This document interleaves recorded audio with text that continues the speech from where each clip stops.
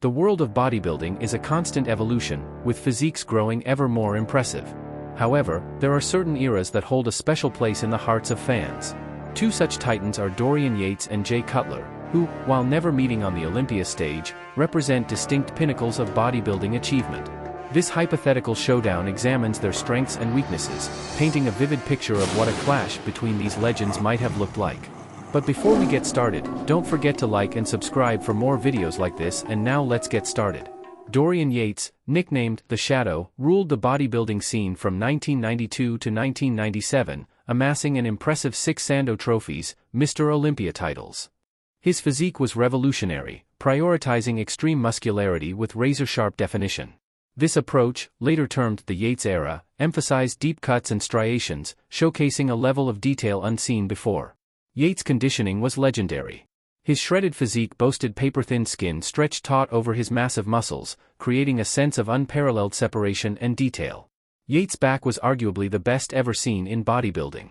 His incredibly wide lats, combined with incredible detail in his teres major and erector spinae, created a truly awe-inspiring physique from the rear. Yates' muscles possessed an unbelievable density. This was due to a combination of his training methods, which emphasized low repetitions with heavy weights, and his genetic predisposition for dense muscle tissue. While functionally strong, Yates' waist was relatively narrow compared to later bodybuilders. This could have potentially made him appear slightly less imposing when compared to someone with a wider midsection. Yates' relentless pursuit of extreme conditioning came at a cost. He suffered chronic back and knee problems throughout his career, limiting his training volume and potentially hindering further growth. Yates' chest development, while impressive, wasn't his strongest suit. This could be a slight disadvantage when compared to a more well-rounded chest like Cutler's.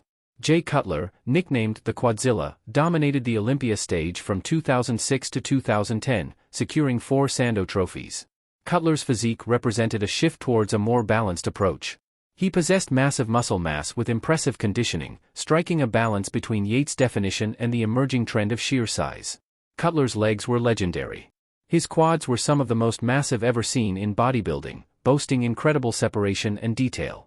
Cutler carried significantly more muscle mass than Yates. This additional size could have potentially given him a more imposing stage presence.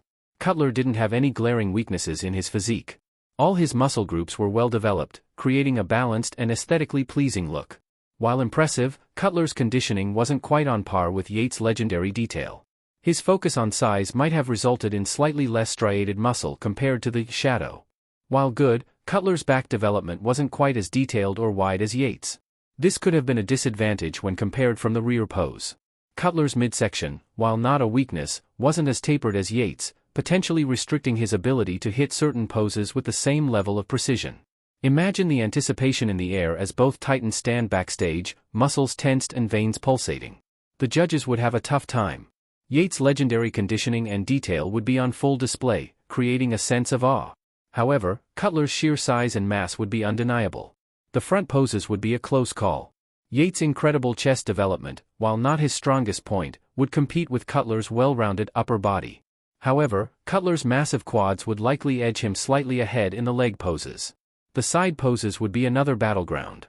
Yates' superior waist definition would come into play, but Cutler's overall size and detail in his arms and chest would be a challenge to overcome. The back poses would be the defining moment. Yates' unmatched back development, with its incredible width and detail, would be a tough act to follow.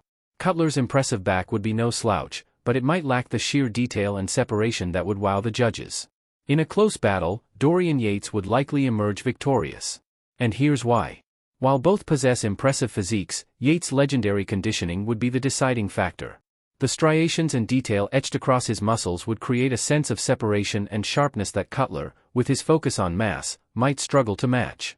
This razor-sharp definition is a hallmark of bodybuilding judging, and Yates' mastery in this area would be hard to surpass.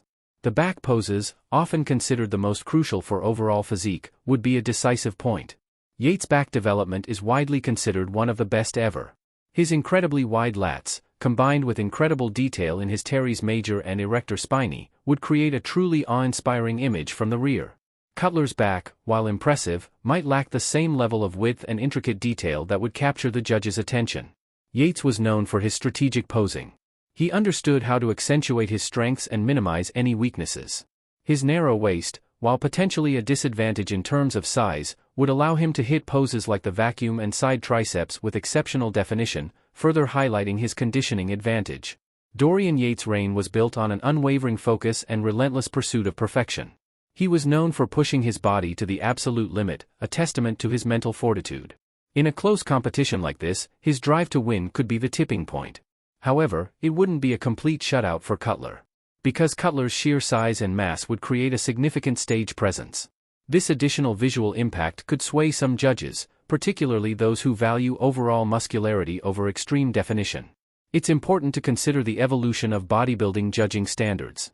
During Yates' era, extreme conditioning was heavily emphasized. Today, judges tend to favor a balance between size and definition. Cutler's physique, with its impressive mass and decent conditioning, might fare better under modern judging criteria. This hypothetical showdown highlights the fascinating evolution of bodybuilding.